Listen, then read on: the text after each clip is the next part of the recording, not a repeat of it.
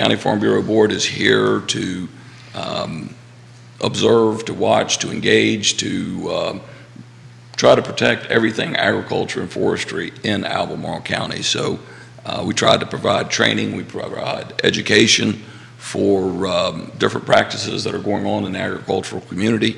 And with Neil's help, we try to stay in front of some of the changes being proposed to agriculture from the Albemarle County government.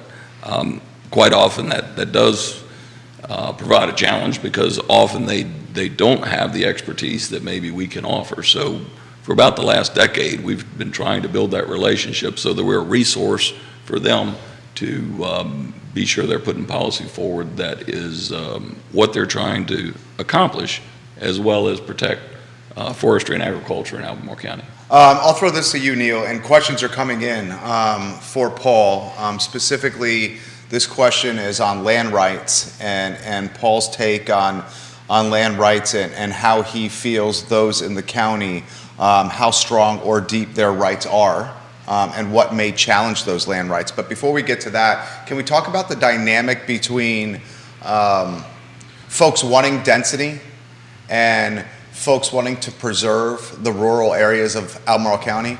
Because that dynamic is something that has so many different layers to the onion to unpack.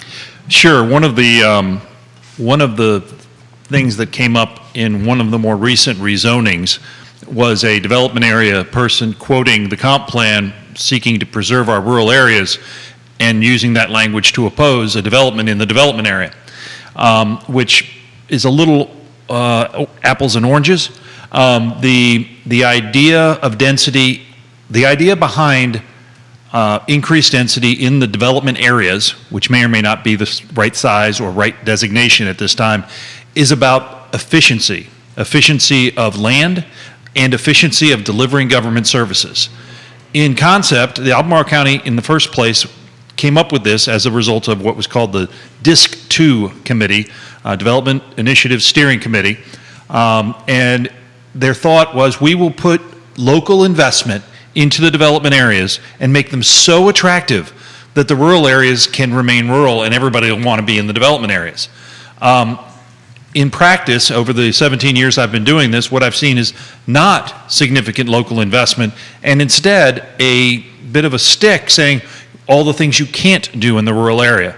That ship is turning slightly with some discussions at the Planning Commission right now, but the open question for rural area residents is, should a rural area resident be forced to drive 35 miles to get an oil change? It's a good question. It's a great question. And why would we have a special use permit process to do certain things when we could come up with what are called objective performance standards, which exist already in many cases with regard to runoff and other things, but you could even tighten those. So that concept is moving forward, but the idea of pushing density into the rural area is not one that is really out there. The idea of pushing density in the development areas is where the density belongs, closest to government services, where you can live, work, and play in the same place. The board has a very strong position supporting the rural areas, but at times they get in their own way. What do you make of that, Paul? I couldn't agree with him more. I'm probably a little bit more extreme. We like keeping the rural area very rural. Right. You know, the county is constantly suggesting that they are supportive of keeping us rural, but by the same token, they are feeling the need to try to regulate. And the question you had led to before, I am absolutely a landowner rights advocate. I figured you were. In my forestry business, as well as representing Farm Bureau, you know, the county and all the people that come to visit Charlottesville and Albemarle area appreciate the beauty we have. Well, that beauty is not here because of county government. That beauty is here because of generationally owned farms and these guys working to protect their farms. So, and then now we have all sorts of incentives, and apparently, according to Thomas Jefferson Soil and Water, the farmers and landowners of Albemarle County are exceptional in taking advantage of those conservation practices to be sure that we're preserving our soil so that we can continue to grow our crops, continue to have our animals, and provide the clean water that we all need to continue to survive. Well said. And the other thing to note is when we talk about growth area and development area, last week, the Albemarle County put out their growth management report for their second quarter of the fiscal year. 45% of all single-family residential was built in the rural area. Is that saying your rural area plan is working or not? No, I would say that's certainly encouraging sprawl. That's encouraging infrastructure straining. That's encouraging pollution.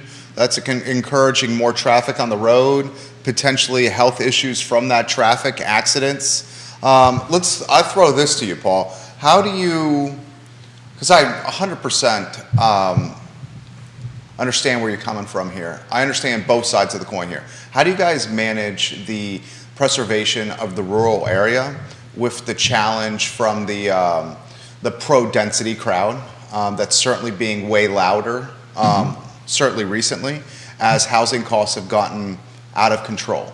The thinking is if we add more rooftops, we get extra supply could start diminishing price point, or at least balancing or flatlining or stabilizing price point with rooftops. How do you guys balance that dynamic? Well, our position has been very clear for an extended period, well, forever, for all as I know. What is missed, and we're getting back to taxes, is what we're getting back to here. The bottom line is every acre of agricultural or forestal land, particularly in land use taxation, is still paying an excess on taxes of the services that are being rendered. So in your density area, and everyone here is paying less than what it costs for our residents. So it kind of supports, those that want to live in the dense area should be saying, let's have more land in land use that's not being developed, because you're actually making money on every acre. That's a very simplistic analysis, but that's kind of where I have to operate. Well, in 2013, I wrote a blog that's seen loads of attention called Cows Don't Go to School. Okay. Most localities have 60% of their budget is education. Most localities, it's almost exactly 60% now tomorrow. And land use taxation recognizes that the demand from that land is significantly less than the demand from a house. The other thing that people don't understand about land use taxation is that house, that farmhouse on the hill with the lawn around it, that house and that lawn pay full boat taxes. It's the land that's in production or in agriculture production or forestry production that qualifies for land use taxation. Yeah, that's great stuff from both of you guys here. We'll get to some comments coming in here. Steve Harvey is going to have some things to say on this. We're fans of Steve Harvey on this program here, friend of the show. Why don't we talk about how the Farm Bureau has felt government has done with preserving land rights in the rural area, maybe over the last, let's try to quantify this by a short period of time, 5 or 10 years. You got Supervisor Malik that's been on the board for a number of terms. This is right up her alley. Diantha McKeel sat in your chair maybe 2 months ago and said there's no reason to expand the 5% developmental area if the 5% is not fully being utilized right now. I'm paraphrasing, but that was pretty much what you said right there in your chair. How do you feel that county government has done with preserving the rural area over the last 5 to 10 years? Well, I think their intent is admirable, but I think the actual implementation of it not always is the best. Wow. I think if they would incorporate Farm Bureau more in their decision-making process or when they're developing concepts, and about 10 years ago, we started sitting down with different county staff saying, hey, we're here to be part of the solution, not part of the problem. We don't want to be no people. We want to be on the front end to help develop concepts that ultimately the rural forestry and agricultural community are supportive of. We went so far as to develop another organization, Albemarle Rural Advisory Committee, and we developed that specifically to provide a resource for information for the county And we met with them, we told them we can be completely confidential, or we cannot be confidential, whatever they chose. We would be there, we would be a resource. That committee, when we put that together, we had professionals from every aspect of rural land. So we could sit at a table, we could come up with ideas that would be successful. And we would come up with something that ultimately Farm Bureau would be behind, and we could help push this through the county government process. You know, we've got a number, and I know on our list of things to talk about today, there's a number of these concepts that have gone through that ultimately I think there's problems with, and we're going to have to revisit, and hopefully we can get them to a point where they are more in line with what will continue to allow the farmer to have their property, farm their property, without having unintended consequences of some of the stuff they've already put through. Well said. What do you think, Neil? Well, the Free Enterprise Forum believes strongly that regulations should be drafted with the input of those that are being regulated. And the idea that came forward it's a good example when there was a question about the validity of some land use. And this was about 7 years ago or 8 years ago. And the Farm Bureau stepped forward and said, let's work with the county on a revalidation program. Let's make it so that it's every 2 years, and let's make it clear and make it so that it works. And quite frankly, right now, Albemarle County's revalidation program is very vibrant, has significant questions to be answered and documented, and is somewhat of a model of what can be done without being obtrusive. And it is a model that works. And the reason it works is because the individuals being regulated were part of drafting the regulation. And I'll jump in right there. Please, I mean, please. that goes back to when Peter Lynch first came to office, and we sat down with him, and Peter The was county very, assessor, Albemarle County assessor. He was very receptive, and David Norford and myself spent a lot of time. We came up with something that works, and honestly, our membership we're good with it. Prior to that, I was spending an extraordinary amount of time helping landowners work through that, and while it's part of my forestry business in many situations, I was like, no, this is not something that should be charged for. We need to help with that. What, Neil, I don't know if you're aware of, right now, Department of Taxation, I guess there was legislation put through. At the state level. At the state level that says we have to have a statewide revalidation form. I've been involved in some of those, in the one Zoom that County Farm Bureau presidents were involved in, and the president's meeting I was at Monday, it's been suggested now that they're going to go, rather than a 2-year, which we think works wonderfully here in Albemarle, it's looking like it's going to be a 6-year reval. And I don't know, I haven't talked with Peter Lynch about that to see what his feelings are. I know he was very concerned that it's going to get watered down too far. So when you're trying to do something like that on a statewide, I'm not sure that that's the best, but that's where we'll be. What do you think about that? Well, I actually was at a meeting yesterday talking about statewide regulation on a different topic. And the reality is the markets and the environments in the localities are so very different. So different. When you think about the farms that are on the Eastern Shore and how they run, it's very different than the farms that are here and how they run. And and this is really about tax collection on the local level. I was sitting with Ann Malik at the Farm Bureau dinner, and she was a little befuddled that the state's sticking their nose into this business, because it's really how the locality, and land use is not required. It is a choice by the locality to offer land use. And so for the state to come with what is effectively their collection process, it questions the validity of how it's being done, and that one size fits all. Whenever in doubt, if the state is given the right to do something, the odds are the state won't get it right. Yeah, that's so true. There's so many examples of this with the Department of Taxation. I jumped up pretty quick and said, hey, we've got something that works really, really well here in Albemarle. And prior to that, I made sure that they had that information, which I was told that I was well behind the curve, that yes, they had it, they'd seen the model. And so in the early parts of that meeting, I was very much, hey, we've got something that works, guys. Let's take that and consider that for a statewide revalidation form. But then as I listened through this thing, and I listened to some of these other presidents in some of the more extremely rural counties, and now it's an oversimplification, but some of them are saying, well, yeah, we just picked the phone up and say, hey, we're doing the same thing again this year that we did previously.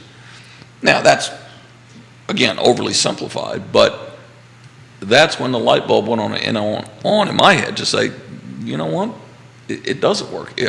There's not a blanket that covers the whole state that makes it work. Questions are coming in here, and John Blair's watching the program. He's watching on LinkedIn. We love you, John. We hope your Friday's treating you well. Multiple folks, and Neil Williamson predicted this prior to the program, are asking about the Donna Price news that was posted on social media that is now circulating. So Donna Price, if you head to her Facebook page, it was a post done about 13 hours ago.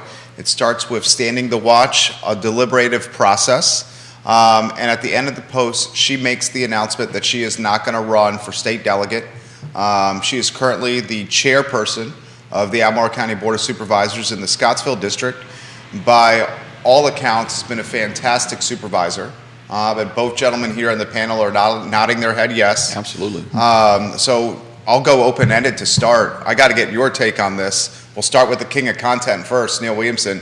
Donna Price, no state delegate, and from what we can tell from a post from a few weeks ago, she's also not going to run for re-election for Board of Supervisors.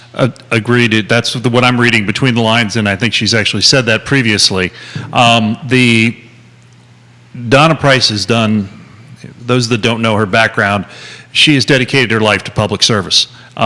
And her post, The Watch, speaks to some of the things that doing that she's had to give up. And when it's time to hang up the spurs, I offered 4 words to her early this morning when I saw this, and that was fair winds and following seas. I can only thank people who go into public office. It is a lot of work, and it is often thankless, and you get to upset people. There's no great power piece to it, especially on the Board of Supervisors. Why I love local government is you run into your supervisors in the grocery store. You run into them when you're out walking around the mall. Those contacts are important. And Donna Price has been there. She's not only been there being present, she's present when she's there. Right. And she listens.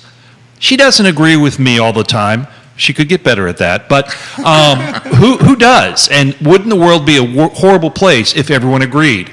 But we are able to disagree without being disagreeable and see the other side. And that's missing in government. And if and when Donna leaves local government, I will miss that of Donna's persona and her time on the board. Very well said, Neil. What do you think? I feel like I am so far behind the curve, it's not even funny. I was, until I got here today, was not aware that... Yeah, he found out right before the show started. Yeah, I was not aware that she had suggested she wasn't going to continue to operate on the Board of Supervisors.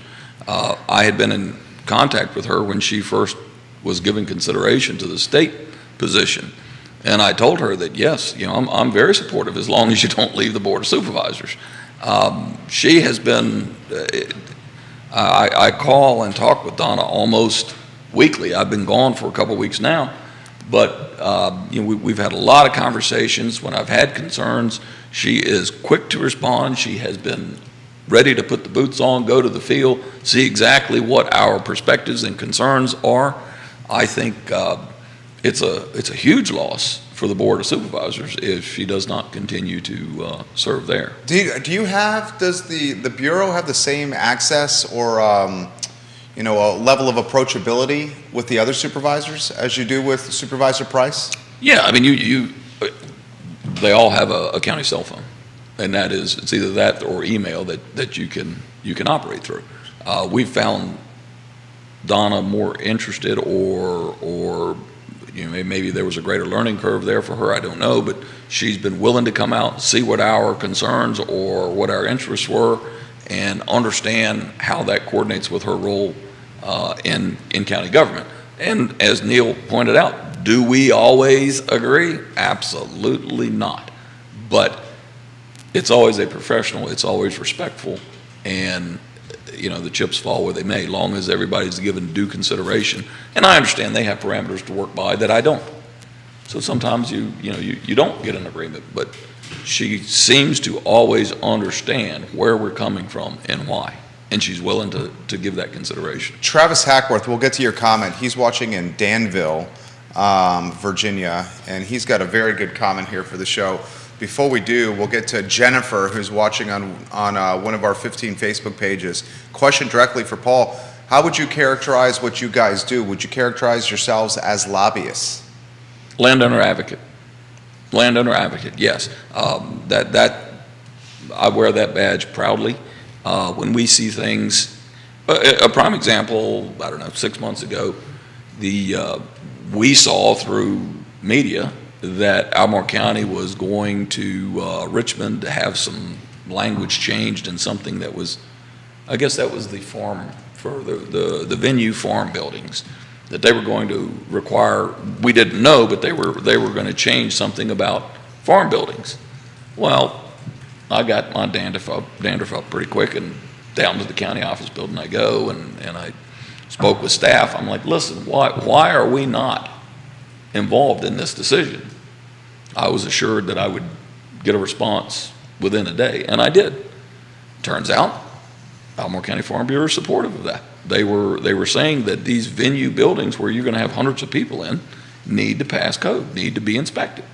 Farm Bureau agrees. If it's going to be something that's a venue, then I told the county, had you involved us, we could have been an advocate as well. We could have been supportive of that. Interestingly, that question's come up, but on the feed here, and the question about sprawl has come up. Generational lands not being sold to continue sprawl is coming up on the feed here. Let's get Neil into the mix here. Anything you want to cover, Neil Williamson? Sure. It's important to recognize the Farm Bureau and the county, as many groups, have lobbyists that work in Richmond on these topics. And the topic that Paul raised was in discussion with the Albemarle County Board of Supervisors as they were preparing their legislative agenda to take to Richmond. You'll see in the next few weeks, I think, a meeting with members of our legislative delegation and the Albemarle County Board advocating for their legislative agenda. Some of the things that are on their agenda don't have a chance of passing. That is just the nature of the beast, and it will must always be that way. But the Farm Bureau, like other groups, has boots on the ground in Richmond working about land advocacy, landowner advocacy, and property rights. Property rights matter. And the property rights of the individual, whether you like them or not, matter. Because if you take away property rights from somebody you don't like, they're coming for yours next. Well said, well said. How about this from Kevin in Waynesboro? What's Albemarle County's plan to maintain generational lands and to keep them from being sold into sprawl and to keep them from getting developed? I'll offer some perspective on that. We got a pretty clear-cut outline of where land can be developed and what land can be used. That's being discussed now. The comprehensive plan is not going to allow a lot of this generational land to continue into sprawl without certain things happening. Do you want to touch on this? Sure. Yeah. For folks that talk about continuing into sprawl, my office is on Hillsdale Drive, and I drive the Parkway to get here. And a farm is going to be converted that is adjacent to the John Warner Parkway and Rio Road. I don't consider that sprawl. Right. It was a farm. Great. But it's in the development area. There is another piece of land in South Albemarle that was in the growth area and is now designated to be a state park that's being leased back. That land is out of the development area. You're talking Biscuit Run? Biscuit Run. Yeah. That land is out of the development area, will not be developed, and hasn't been replaced. So the best way to reduce sprawl is to expand the development area. I've proposed 4 specific characteristics for the development area. One is an urban center, then a suburban center. So a suburban circle, imagine concentric circles. And where you put the lines, I don't care, but it's going to be bigger. And in the suburban circle, you have to have, you've got a lot of your forest lakes, your gated communities, all that stuff. And then outside of that, you have a transitional area. Right now, what's happening is the county has through their non-approvals, created their own transitional area by shrinking the development area, i.e. Breezy Hill, which is 1 unit per acre. That is a waste of development area land, and it could have been much larger. This transitional area would grow, would be larger than the current development area, and you wouldn't be demanding that those units be attached to water and sewer. You would allow them to be 1 and 2 acre lots on septic and on a well, provided they meet the health code. So that's one way to prevent sprawl, is to give it someplace to go other than the large expanses of the rural area. I'm all in favor of that. I think that's common sense right there. What are your thoughts on what he said? I mean, that seems like such common sense. How do you argue what Neil's putting forward there? Yeah, I mean, it's right. You're Well, what is the argument against what Neil is putting forward? How about that? I don't have one. Well, the argument that's been made is we don't want people, especially people here, and let them go to the city, let them go to the other county, let them have the growth. What you're going to lose with that is the diversity of community, as well as you're going to lose sales tax revenue. Right. And it's going to put more pressure on rooftop owners currently to make up the revenue for the municipality, which is what he's saying. And demands on the road, environmental impacts. Yeah. You've got 2,000 units right now approved just over the line in Greene County. Those will be more cars on 29 headed to jobs that are here, and then you're going to see the jobs move. Right. Because you're not necessarily against new rooftops and creating incremental tax revenue that would alleviate the burden on current Albemarle County residents. You're just from, let's do this the right way, that does not encroach on property owners' rights, their land rights, and put the density where it's supposed to go. That's pretty much what you're saying here. 100%. Yeah. I mean, we've jokingly said, we who are in the rural environment, we who are doing the farming and the forest land, if we got to pay a little bit more tax to keep everybody else in the urban area, that suits us great. Yeah. Because then we don't have somebody complaining, we just put fertilizer down I like and you it guys. smells. Yeah. Or we're going to do something different on our farm that you may not like the way it looks because you built your house right up. Right, and my kids would tell you, when they were growing up, we would drive past Carol Morris's property on Route 33, and if he had just spread chicken litter on that field, I would roll the windows down and say, the smell of the country. This is a good question for Paul that's come in from one of the viewers. Jerry, can you ask, I called you Mr. Haney. Can you ask Mr. Haney his thoughts on the comprehensive plan as a governing document? That's way above my pay grade, honestly. Do I have issues with bits and pieces of it? I do. We at Farm Bureau have been very clear for an extended period of time. We will stay in our lane. If it is forestry, if it's agriculture, and we've even expanded it ever so slightly, if it's rural, we're ready to talk about it. When you start getting into the rural area development, we just went through the Stream Health Initiative, and it was handled very well. Kim Biasioli was the lead on that in Albemarle, yep. And she did an absolutely wonderful job. When we were asked to be involved in that, we ended up having 4 people. We put 4 Farm Bureau board members on that. And we were very clear from the beginning. We will contribute on the area that we have knowledge. We told her from the beginning, the rural area development, that's not us. There are people who have more knowledge and more experience in that, and we stayed in our lane. And that we in anything, and Neil has consulted with us for years, and he knows anything that we get involved in, long as it's in our lane, we'll roll our sleeves up and try to figure it out. When it gets out of our lane, we're not going there. And I like that about you. The comprehensive plan has so much stuff in there Oh my that gosh. is well outside. We can't even see that lane. It's certainly in his lane. Absolutely. Open-ended question. Shows Sure. yours on that topic. The comprehensive plans are guides. They do not carry the force of law. They are often, and perhaps incorrectly, aspirational documents, but they do carry significant weight. The idea of the comprehensive plan, it's a state-mandated plan that localities must revisit. They don't actually have to rewrite. They just have to revisit every 5 years. That's because it's a 20-year plan, and things change. And so what we're seeing in the comprehensive plan today is a iterative reflection of what really was first founded in 1979.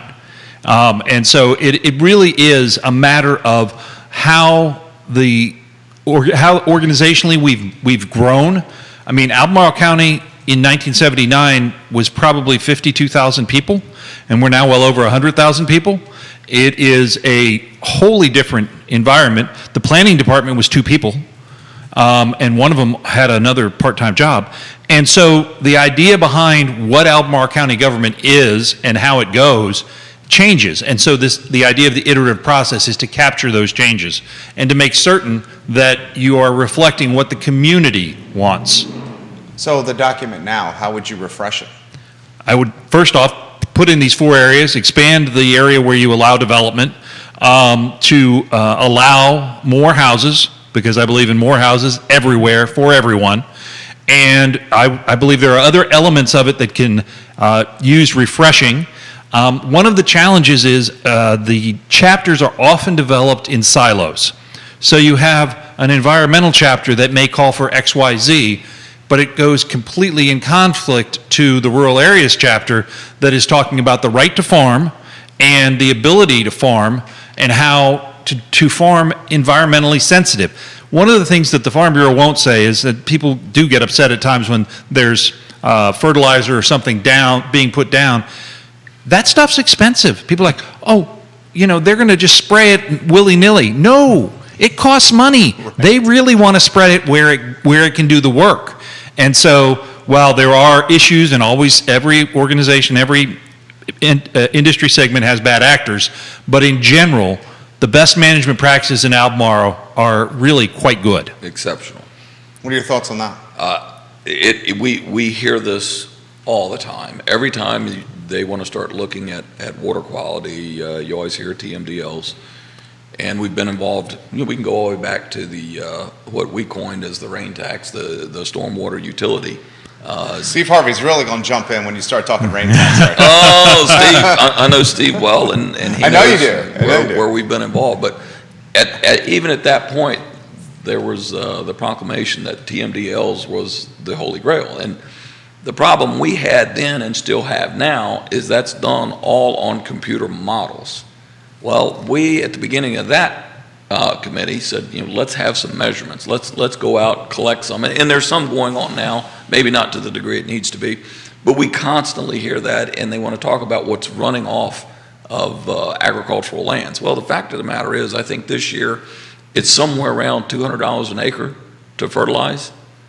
And this board that I sit on, I promise you, not one of those guys has put 1 penny more down. Matter of fact, they've cut it short. Because you start doing the math on that, you start looking at, several hundred acres, you've gotten into some pretty serious money. Sure. So, yeah, we do constantly hear that. There are no greater water quality advocates than are the farmers, because we have to have that soil in order to be productive, to be successful. P.J. O'Rourke once quoted, he once wrote that, the farmers are going to take care of the soil because it's kind of like the ice cream man plugging in the freezer. Right. Very well said. Neil Williamson. Let's go to Danville. We have Travis Hackworth watching in Danville, Virginia. Says, Virginia, this Commonwealth is so very different from end to end. I live in the Danville, Pennsylvania County area. We're the largest county in the Commonwealth with the largest number of farms per square mile. You could not make that work in Eastern Shore or elsewhere. Everything in Virginia from a geography, topography standpoint is very different, which is to Paul's point. Travis makes that point right there. So you've done a phenomenal job adapting to the questions from the viewers and listeners. We've touched on some stuff from the overall theme on the show. We'll get back to the theme. Can we go one more question for you? Sure. With the gentleman from Pennsylvania, it's interesting that we get a call from him, because when I was in the Department of Taxation Zoom, the individual that opened my eyes most clearly that a blanket revalidation form really doesn't work was the president of Farm Bureau, Pennsylvania Farm Bureau. Really? As I was listening to him, he was the one, and I'm like, okay, we've got something that works really well here for us, but it's not going to work. One size does not fit all. Does not fit all in the Commonwealth. So Travis, pass that on to the president of Farm Bureau of Pennsylvania County. He will likely enjoy hearing those kind words from Paul. Another viewer has this question. Neil brings up Biscuit Run. Did the Farm Bureau have anything to do with Biscuit Run some 10 years ago when Hunter Craig was trying to do that development? It's a great question. Sure, it's a great question. And again, once you start down the road of development, we're out. You're out. Understood. That's not their lane, and the Free Enterprise Forum does not take positions on projects. Right. We were very involved in watching.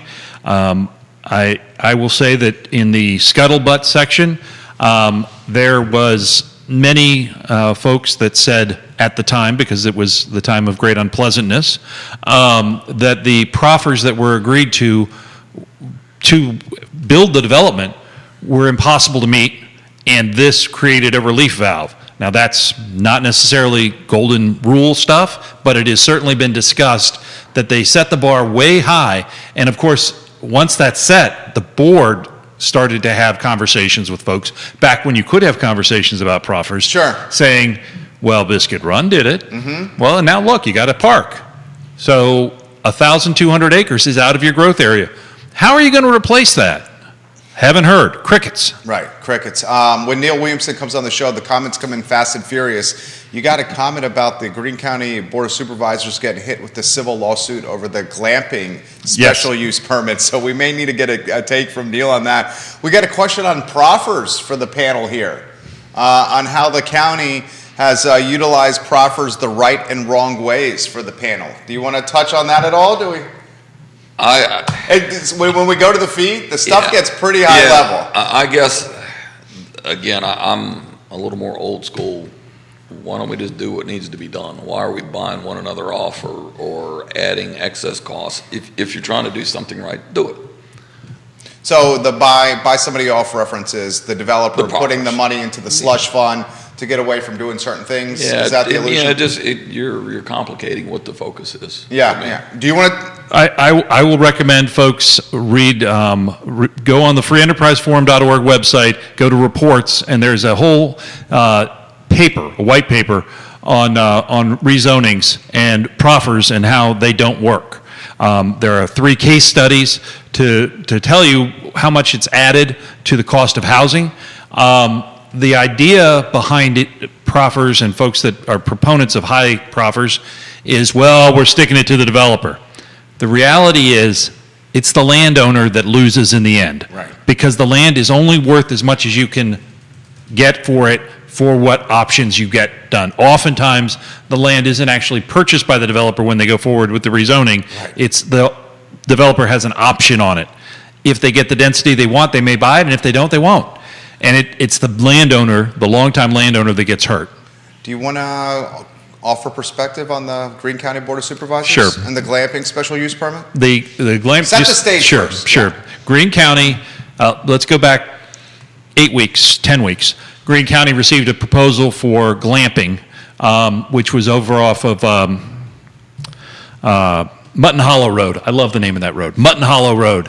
And it was that's down 810, about 1.5 miles, maybe 2 miles. And it was deemed by that proposal was deemed not to be approved by the board. The proponent of that proposal looked around, met with some folks, found another piece of land that is not adjacent to, but it's right across US 33 from the schools complex at the intersection of Selt Road and US 33. There's actually a little buffer area that the schools own, and then there's this piece of land.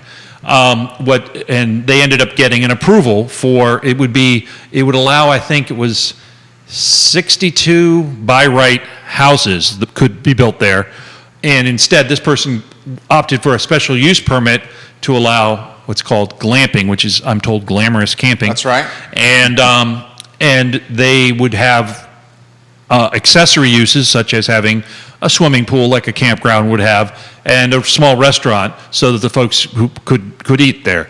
This was a tourism idea as well. The folks that come there, as I mentioned about schools, 60% of your budget, they don't bring school children. They bring their children, but they don't bring school children, Right. and so there's a positive economic benefit. They bring their money to the and county. leave. Then they leave. Then they leave. Yeah, right. But they also bring traffic. That first location that was discussed was a little bit more remote, and the traffic was a big issue for Greene County. That traffic is, if you're just less than a half mile off of US 33, which is a 4-lane highway, which was designed to handle that kind of traffic, the traffic was mitigated. I believe it was a 4-1 vote or a 5-0 vote, I don't remember, in favor of that. Now adjacent property owners don't believe that the county followed the procedures and have filed a lawsuit. They are hoping to have a stay, a stop work order, basically, while this moves forward. Next week, there's a hearing that the judge will consider that injunction to stop them from working. There's two sides to that. While the court case proceeds, the developer may choose to stop working on his own or her own because there is risk involved. You have a court proceeding. So there are a number of longtime Greene residents that have adjacent properties that have filed the lawsuit, and we'll see where it goes. Is that property in the town limits? Or is it No, it's outside of the town just limits. outside the Yeah. town limits? Okay. Is this, the follow-up question on this is this something that you think the project is going to be disappeared or evaporated or changed altogether because of this lawsuit? Is the follow-up. It depends how the lawsuit is settled. If the lawsuit is dismissed, I anticipate the project will move forward. If there is an injunction held, it would be scuttled for a short period of time, for as long as it takes to get through the courts. And the landowner can do whatever they want to do. They have the right today to build the houses. Right. They have the right today to do the glamping operation based on the special use permit that was approved by the board.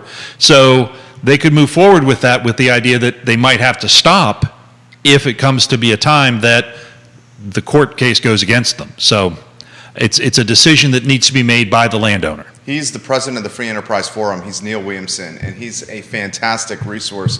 We'll go to the overall theme topics because I want to make sure we hit these. That does not preclude questions from the viewers and listeners. We certainly love questions from you guys.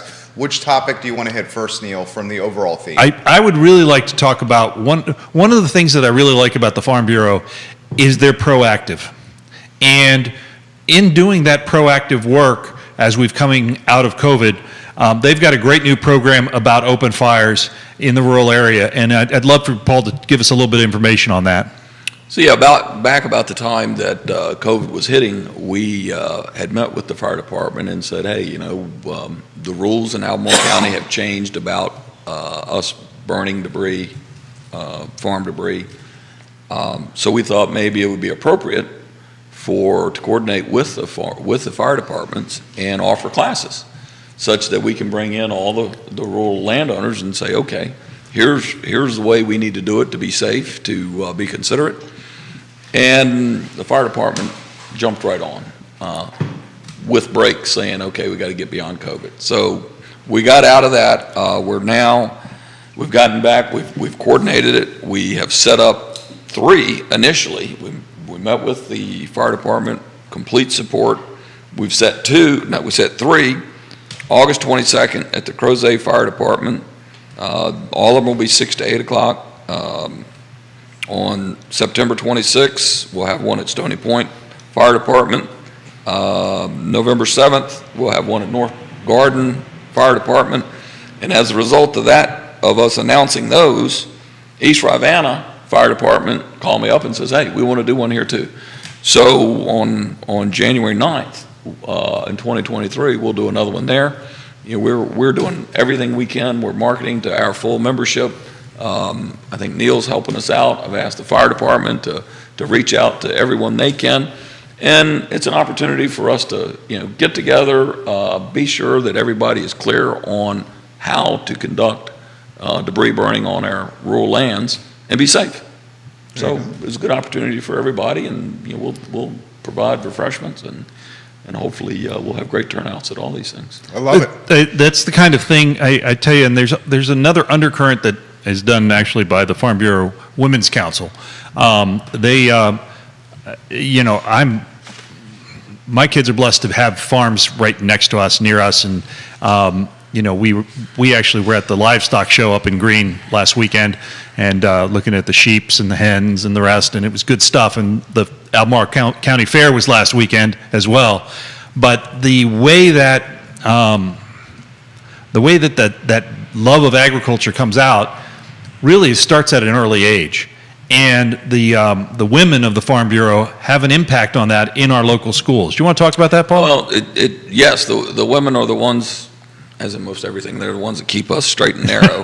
My household, that's for sure. Absolutely. Well, but they're kind of running point on this, but some of our board members end up in different classroom reading to the students. It's a real important subject for us. Right now, I think in some of our resolutions we just put forward, we're trying to get agriculture back in Albemarle County schools. All the surrounding counties have agriculture exposure for kids. Right now, we have nothing. So we feel like it's important, but we are. We send people to the classrooms. We read. Right now, that's some of the only exposure that kids are getting to agriculture. And it's, one of our board members was at a livestock show. A lady came up and commented on what a beautiful animal his son was showing there. And she looked at him and says, well, what are you going to do with him? Well, he'll be sold. Well, to who? Well, it'll be butchered and cut into steaks. Oh, no, you can't do that.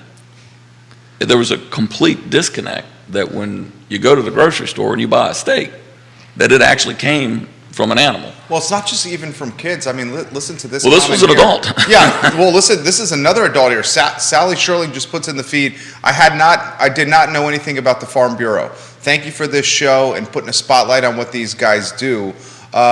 Question for Paul: do you guys back candidates as a bureau? And if so, how do you get to know them before backing them?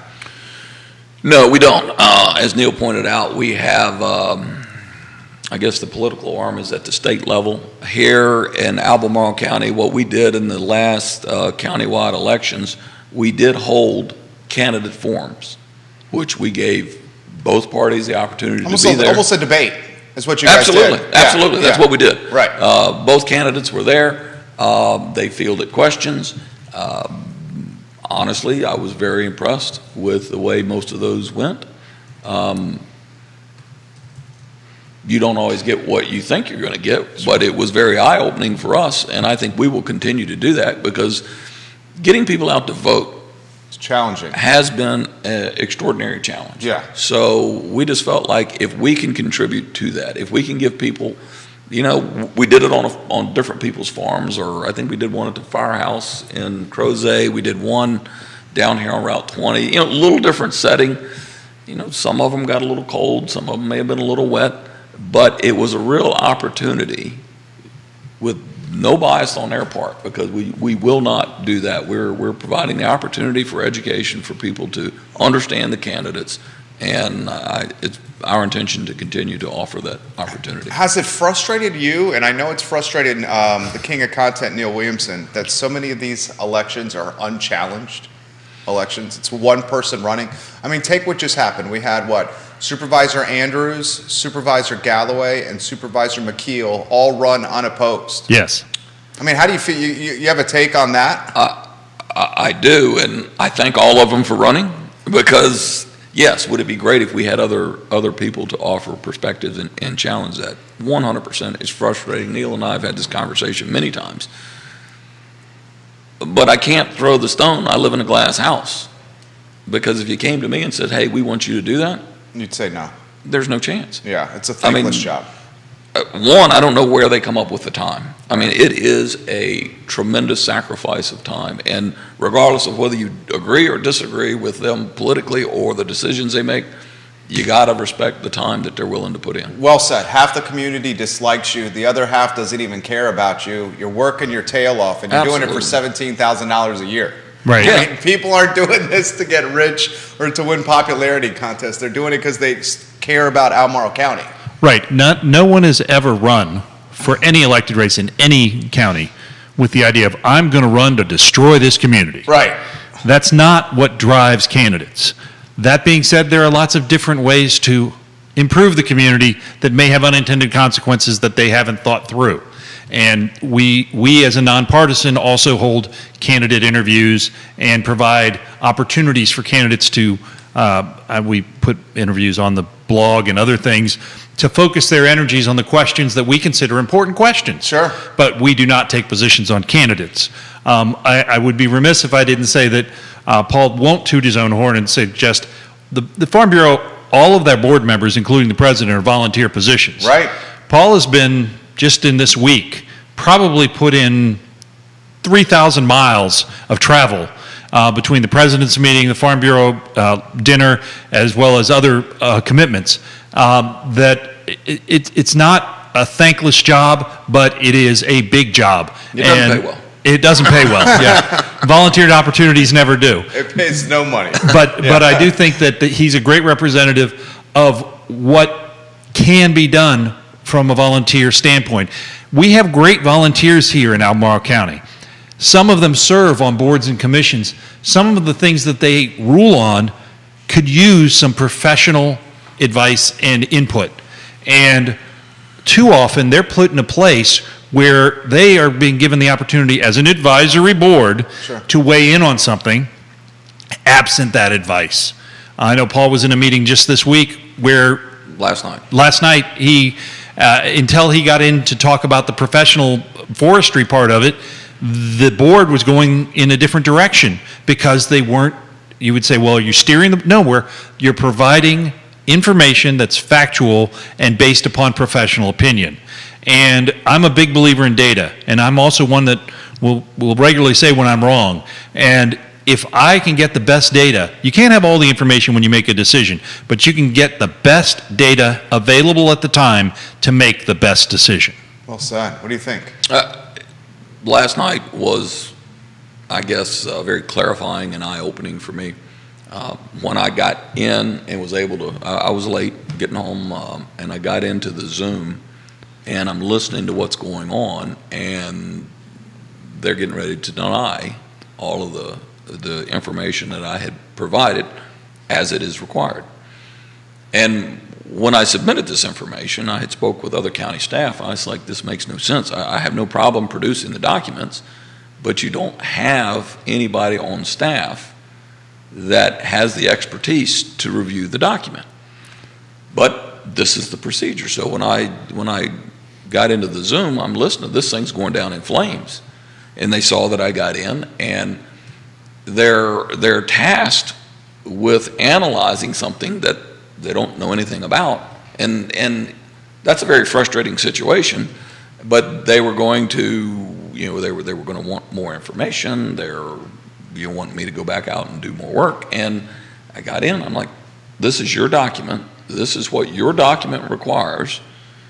This information has been provided, and with me getting on there and going ahead and providing additional information, they moved forward. But then I stop and I think about that in all the areas that we're trying to say, just give us a call. We'll come in, we'll sit down, we'll explain these things that you may not understand. And it's not their fault.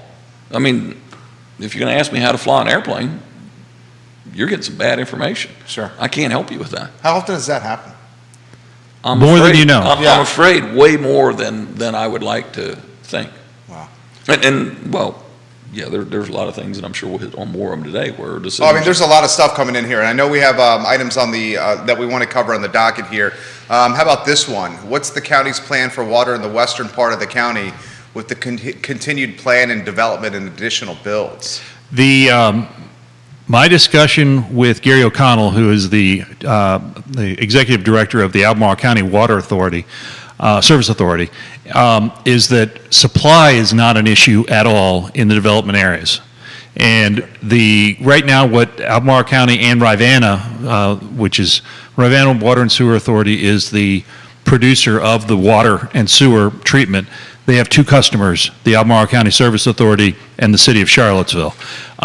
So the Service Authority and RWSA are working on redundancy and capacity to deal with water treatment and in case one line goes down. So there's probably $20 million at least of infrastructure that's planned to increase the versatility, reduce the vulnerability of our water supply. But because of the actions taken regarding Ragged Mountain expansion, and the pipeline that is not yet completed between South Fork and Ragged Mountain. I always wanted to tell folks, why do you need a pipeline? Well, the South Fork Ravenna the Ragged Mountain is a fantastic bathtub. It's a horrible catchment area. South Fork is a great catchment area and a lousy bathtub. Having that pipeline that will actually go both ways will allow us to utilize that catchment area that the South Fork Ravenna has and put it into the better bathtub. Well said. How about this one? This is a challenging question for you, Paul. Get ready for this one. This is from one of the viewers. Is the advocacy for land rights tied to political party or ideology? Do you find more Republicans are pro-land rights than Democrats? And does that make things challenging with Albemarle County being such a Democratic haven? It's not challenging. That's not a challenging question at all. Land right advocacy is advocating for the person that owns the land. It is not political. Yeah. In my world, it's not political. I mean, if it was political, we wouldn't get anything done here in Albemarle because right now I think we're all Democrats. 100% Democrat. All Democrats on the board. No, I mean, it's you argue with fact, you argue with science, and the right of those landowners to hold and enjoy their property. So yeah. It's simplistic for me. There's no D or R on property rights. Well said. And the reality is we go back to Thomas Jefferson if you really want to talk about diminishing property rights.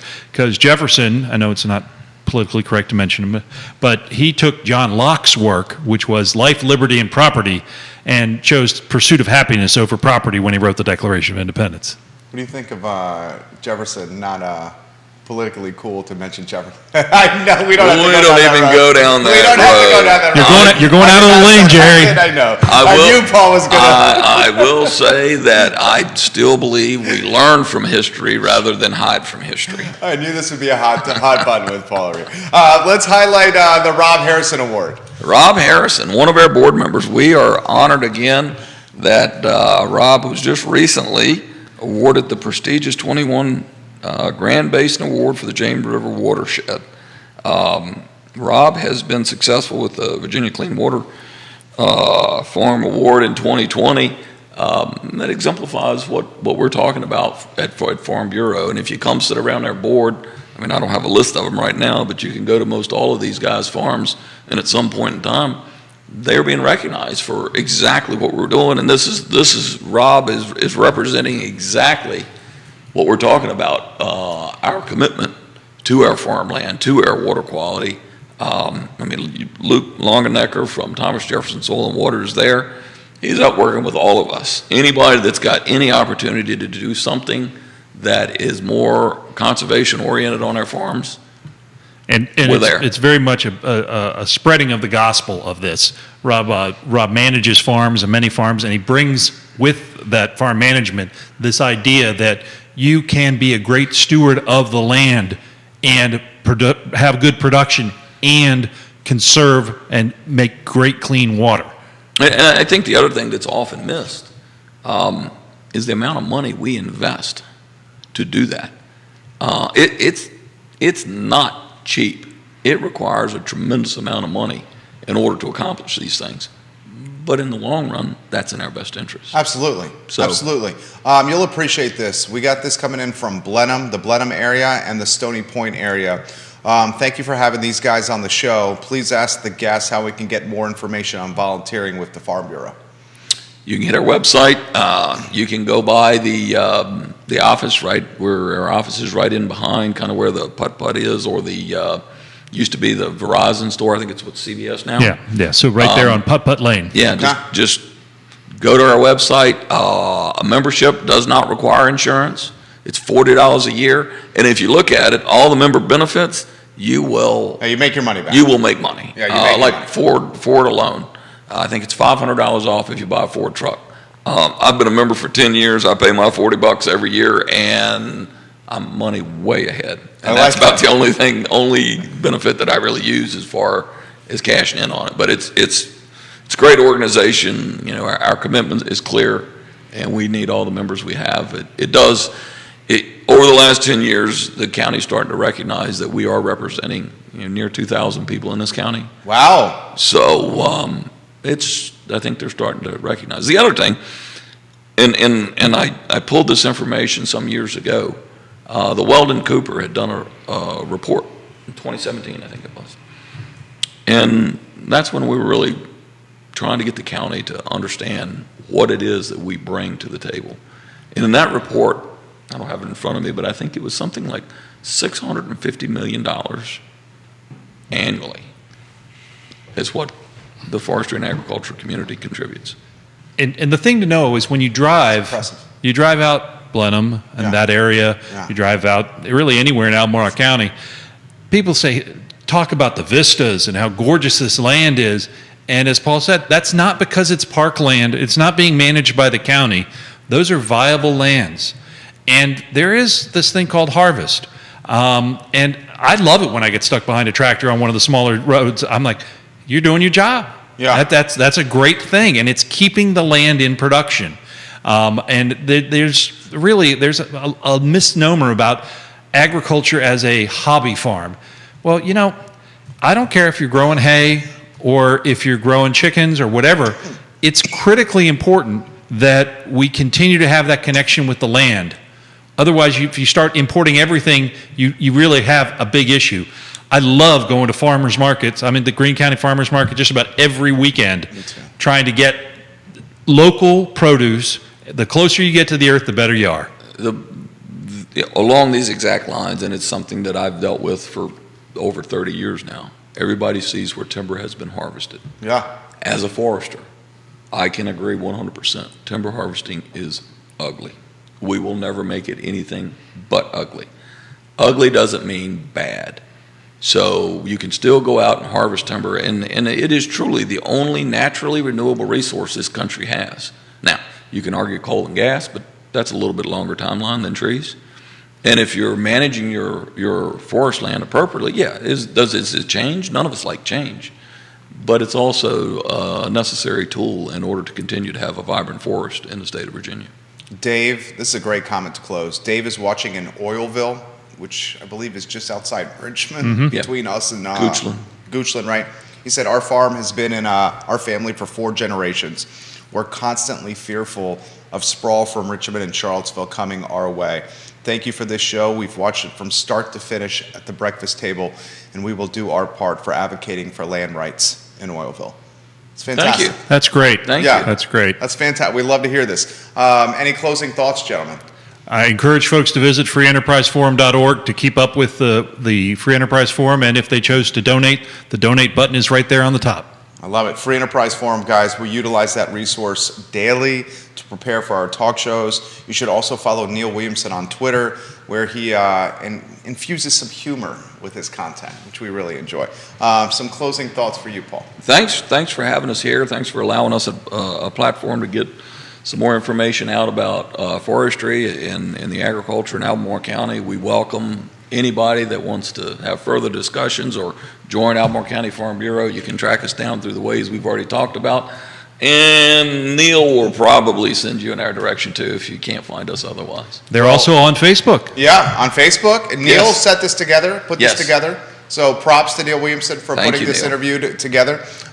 Those that are asking, the entire interview will be archived on iloveseville.com and realtalkwithkeithsmith.com. Those who are also asking, Keith and Yona are in California. I believe they return next week. We'll check our calendar to be back on the I Love Seville network. But Keith Paul will not- crushed it. Keith will not be here on Monday. I know that. So Wednesday, I think he's coming back. Paul, you killed it. Thank you. You were fantastic. Seriously, you were fantastic. Glad to be here. Absolutely fantastic. The president of Albemarle County Farm Bureau, Paul Haney, and the president of the Free Enterprise Forum, Neil Williamson. My name is Jerry Miller for Judah Wickower. This is Real Talk presented by Keller Williams Alliance. So long, everybody. Take care. Paul, excellent work. Seriously. We got a lot of topics in there. It's